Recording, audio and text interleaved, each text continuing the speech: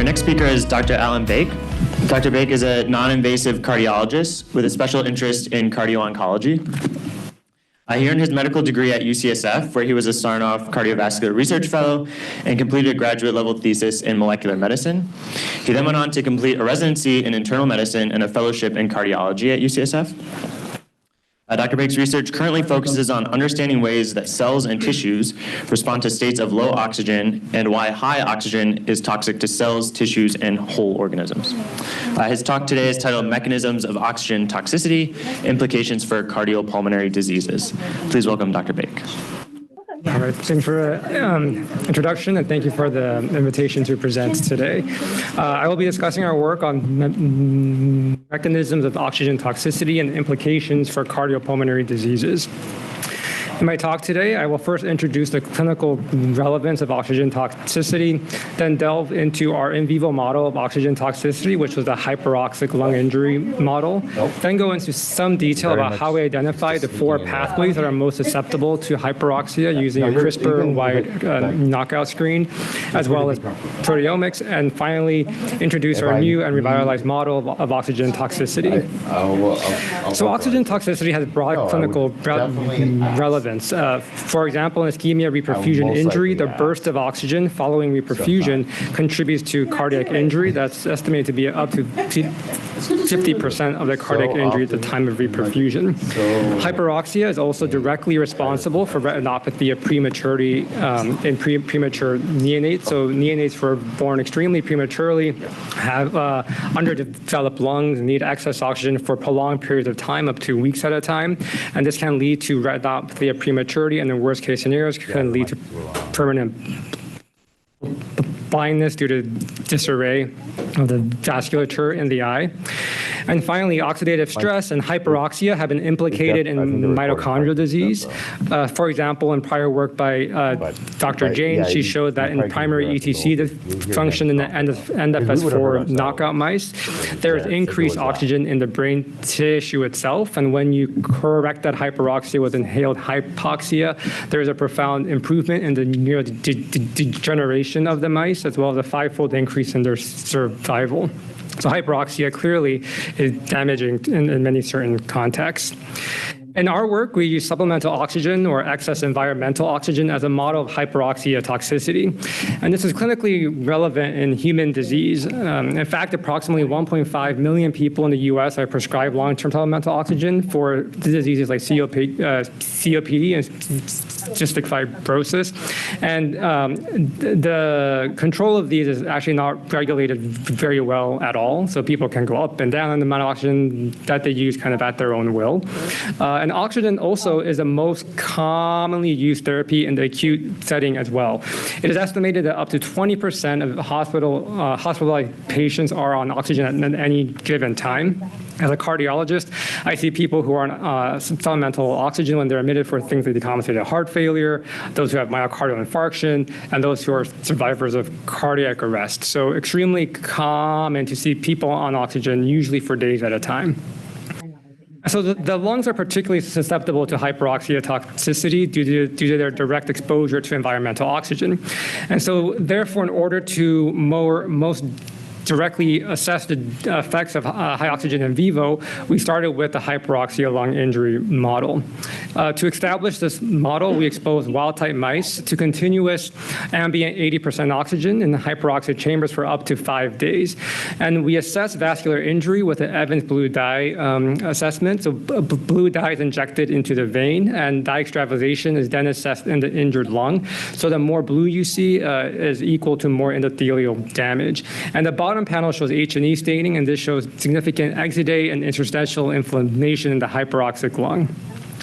And I want to emphasize that prior work has suggested that oxidative damage contributes to this type of injury, though antioxidants have been studied extensively in preclinical and clinical studies, and they simply do not work in this context.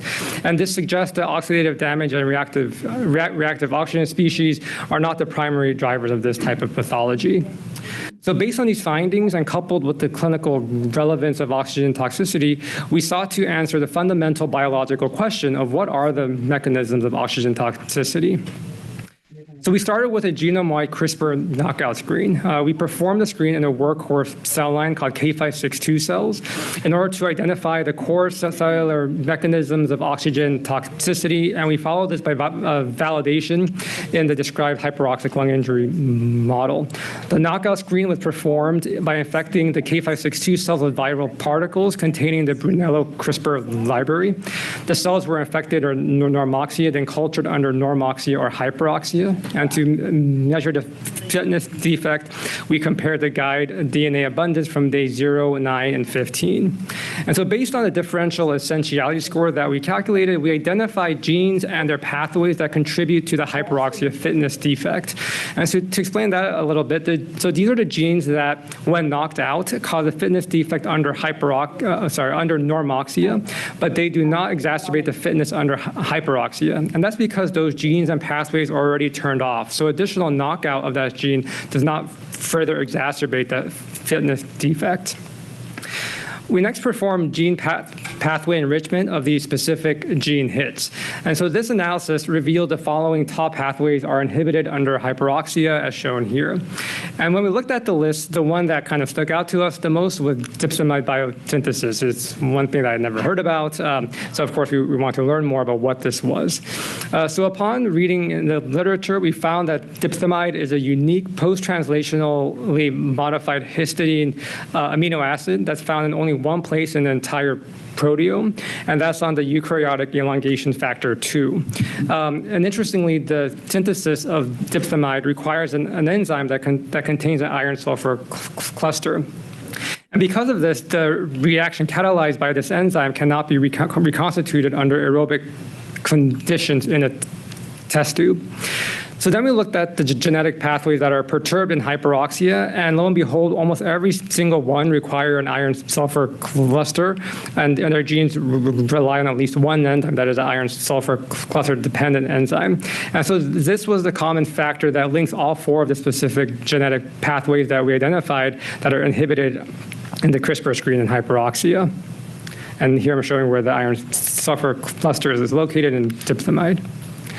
So just a few words about iron sulfur clusters. These are protein-bound iron ions linked to each other through sulfide bridges.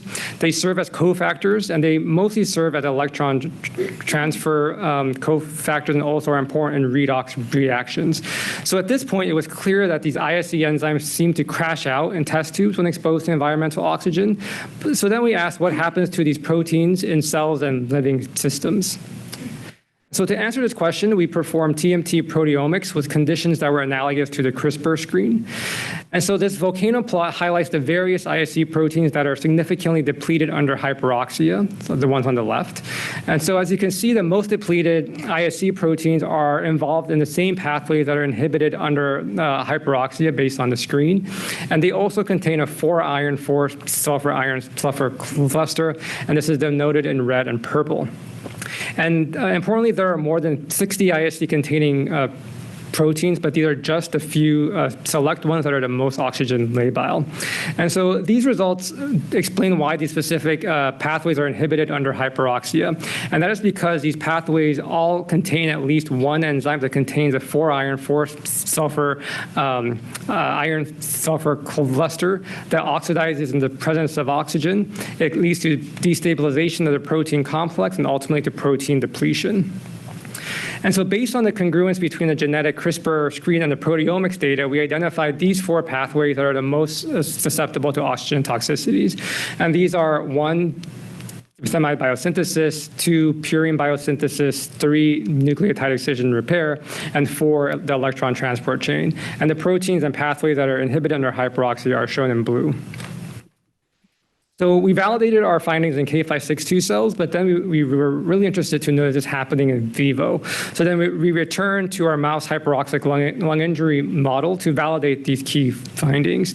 And so here I'm showing protein levels from the various complexes of the electron transport chain in mice exposed to normoxia or hyperoxia of 80% oxygen for up to 5 days. And so you can see that proteins from complex 1 and 2 are highly susceptible to depletion in hyperoxia, specifically in complex 1, and 2 examples of proteins here are NFS1 and NFS4. And we also validated this into other pathways as well. So here I'm showing protein levels from the other 3 oxygen-sensitive pathways from lung tissue in mice exposed to hyperoxia for 5 days. And you can see that DPH1, PPAT, and ERK2 are all depleted in hyperoxic lung tissue, most prominently at 5 days. Now, we next sought to validate our findings in human lung cells. So we collaborated with Dr. Michael Mathey at UCSF, who helped us isolate primary human alveolar type 2 cells from a human organ donor. So after these cells were isolated, they were cultured in hyperoxia for up to 6 days. And we found that the same ISE-containing proteins are susceptible to hyperoxia depletion from all 4 pathways, and this shows that the mechanism of toxicity is conserved across cultured cells, across mouse lung tissue and mice exposed to hyperoxia, as well as primary human cells. Though I don't have time today to walk through all these data, we found that loss of these oxygen-labile proteins functionally impairs each of these pathways. So, for example, loss of DPH1 and hyperoxia leads to translation fidelity in these cells, and loss of PPAT in hyperoxia leads to a decrease in really important purine nucleotides in cells and in lungs. And for the remainder of the talk, I will focus on the electron transport chain and its function in hyperoxia. So our results supported the hypothesis that the ETC, particularly complex 1, is the first to be affected and the most sensitive to hyperoxia. And that's to say that even after just a few days of hyperoxia, 1 to 2 days, the ETC started to fall apart, and before any of the other pathways. So interestingly, there are 8 iron sulfur clusters that reside in complex 1. We therefore nominated the ETC as the weakest link in oxygen toxicity. That is the first to be affected and the first to go. At a high level in aerobic respiration, electrons pass through the 5 complexes through cofactors such as iron sulfur clusters, and the final electron acceptor is molecular oxygen. And in cells and tissues, the majority of oxygen is actually consumed by mitochondrial respiration. And so now we've learned that oxygen is both a substrate for and a toxin to the ETC. So we used a seahorse assay to measure oxygen consumption from mitochondria isolated from the hyperoxic mice. And so here you can see decreased complex 1 and 2 activity from these lung tissue cells from mice exposed to hyperoxia for up to 5 days. And so now you can see that excess oxygen damages the ETC. This results in ETC dysfunction, and it then results in decreased oxygen consumption as well. And so in our proposed model, hyperoxia causes the degradation of a small subset of these ISC-containing proteins, especially in the ETC, in particular complex 1 and 2. This impairs the ETC and leads to decreased oxygen consumption, as I've shown. And therefore, we hypothesize that this would then lead to the accumulation of more unused oxygen because it's not being consumed by the primary consumer, the ETC. And this would then initiate a cycle of damage where there's more and more oxygen as more and more of the mitochondria are affected. We also hypothesized that genetic ETC dysfunction would further increase susceptibility to oxygen toxicity because at baseline, the oxygen consumption is already impaired in ETC mutants, for example. And so to causally test this hypothesis as that the ETC is the weakest link in oxygen toxicity, we use a genetic mouse model of complex 1 and module deficiency, the NFS4 knockout mice. And so though wild-type mice can survive in 50% oxygen for more than 2 years, these knockout mice die within just 2 to 3 days. And these mice, as you can see, experience severe endothelial injury compared to wild-type mice based on the Evans blue dye extravasation, as well as the H&E, which shows a lot of pulmonary edema and inflammatory cell infiltration. And we reasoned that primary ETC dysfunction in NFS4 knockout mice would increase the amount of unused oxygen in the lung tissue itself. And so to test this, we measured the PO2 directly using a Clark electrode that we placed into the lungs of wild-type and NFS4 knockout mice in normoxia.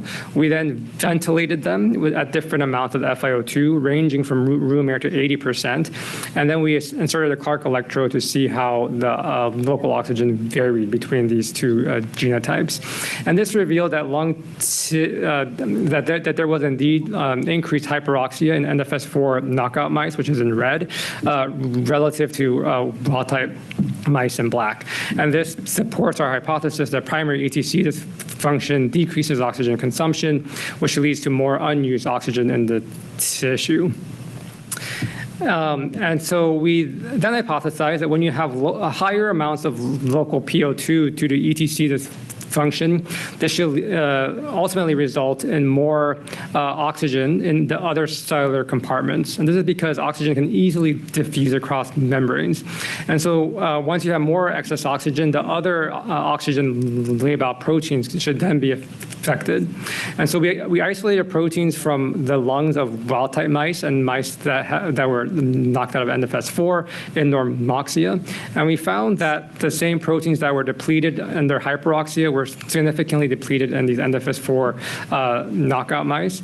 And this is because there's more unused oxygen, more hyperoxia, and therefore the depletion of the most oxygen-labile proteins. So in summary, we provide a new model of oxygen toxicity. In this model, hyperoxia causes ETC dysfunction due to the degradation of a small subset of iron sulfur containing subunits. This leads to decreased oxygen consumption and further local hyperoxia. And this progressive hyperoxia damages additional labile ISC containing proteins, and this compromises very important cellular functions that contribute to oxygen toxicity that include biosynthesis of dipstamide, purine synthesis, and nucleotide excision repair of the DNA. And just a few words, I think this is just the tip of the iceberg of the different conditions that can be implicated in hyperoxia and oxygen toxicity. The first is bronchopulmonary dysplasia, which is a chronic lung disease that can affect neonates exposed to long-term oxygen and ultimately can lead to things like pulmonary hypertension and cor pulmonale. Patients who are exposed to excess oxygen internally via veno-arterial extracorporeal membrane oxygenation, which is a pretty unique situation in which a large amount of blood is excessively has excessive amounts of oxygen. And there, interestingly, are clinical studies that show that when you have more oxygen in the blood in people who are on ECMO, they have worse outcomes, including increased mortality, although we don't quite understand why. And finally, as I alluded to earlier, reperfusion injury is a paradoxical type of injury from excess oxygen at the time of reperfusion. Preclinical studies suggest that up to 50% of the injury is from the reperfusion itself, although there have been inconclusive and negative results about the use of antioxidants at the time of reperfusion.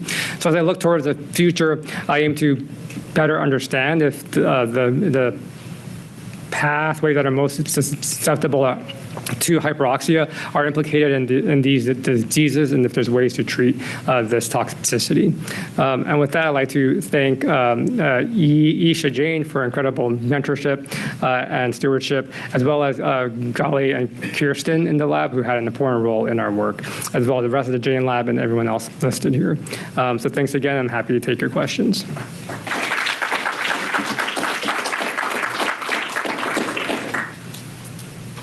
Questions for Dr. Baik? Maybe I'll start. I find it pretty surprising that the electron transport chain would be sensitive toxically to its own substrate. Do you have any thoughts about evolutionarily why that might be? And have you thought about ways you might be able to reduce that sensitivity to excess oxygen? Yeah, so that's a good question. I guess from an evolutionary standpoint, I can't exactly think of why that would be, but we do know that when when the mitochondria are exposed to excess oxygen, there are a lot of reactive oxygen species that are formed. For example, succinate, which can further impair the mitochondria. But I guess in terms of the evolutionary role here, I guess I'm not quite sure. The CRISPR screen, why did you use the K562 cell, which is a lymphoblastoid cells, instead of some kind of endothelial cells or lung cells? Yeah, this was purely from the ease of doing these CRISPR screens and K562 cells, as we could culture them in mass and easily passaged, and we have a lot of experience doing this type of screen in these cells. It was predominantly based on the fact that it's easily tractable and one that we could do. But you're completely right that it would be really important to do future screens to see specifically which genes and pathways and other relevant cell types are impacted by hyperoxia. And so the way we reasoned it was to start with the K562 cells and quickly validate it in other scenarios, for example, in relevant cell lines as well as in the mouse model. Thank you. Great talk, really interesting. I had a quick, I'm fine, that's everything. I kind of just a quick question about the heart function in the UFS4 knockout mice, right?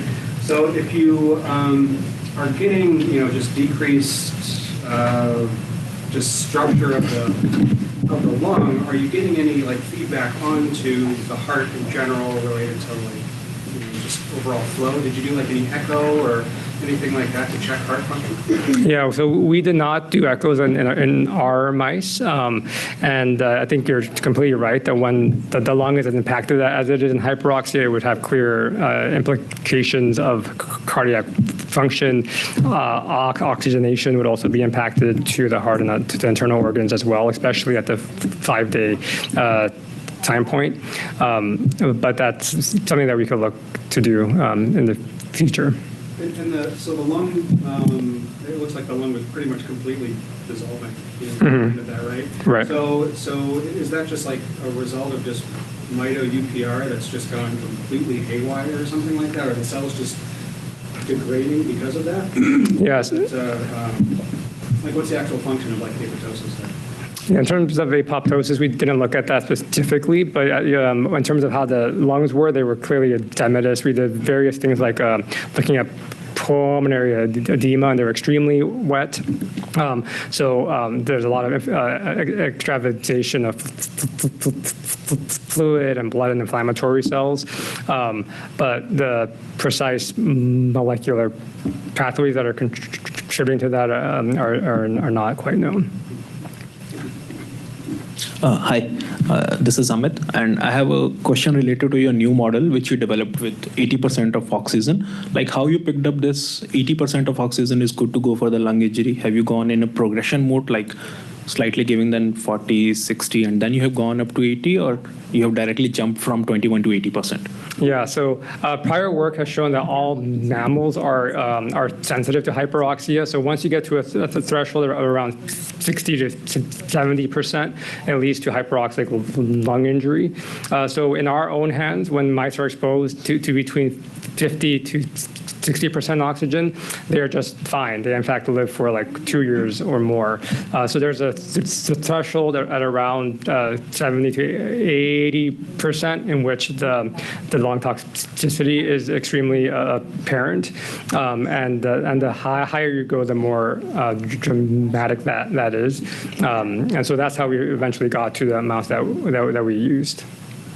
Okay, and second question, have you got any chance to look for the patients which have experienced this kind of condition, to look for what kind of protein changes they have seen, and how does this NDFU-FS1 related to those patients? Is there any kind of correlation, whether there is upregulation or downregulation of this particular protein in those patients?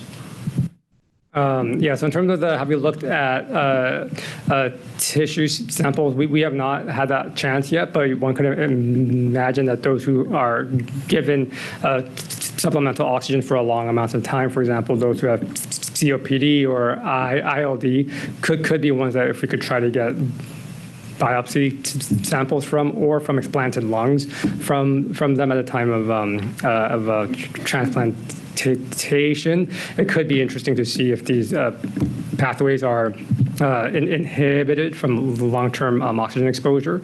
In terms of patients with NFS4 knockout, so the equivalent in humans is a condition called Lee syndrome, which is a mitochondrial disease that is fatal extremely early in life. And their main pathology is neurodegeneration. And they believe anecdotally, people have noted that when they're admitted for, primarily neurologic problems, that when they get excess oxygen, they tend to do worse. But I don't think that's been studied in a very clear and concise way.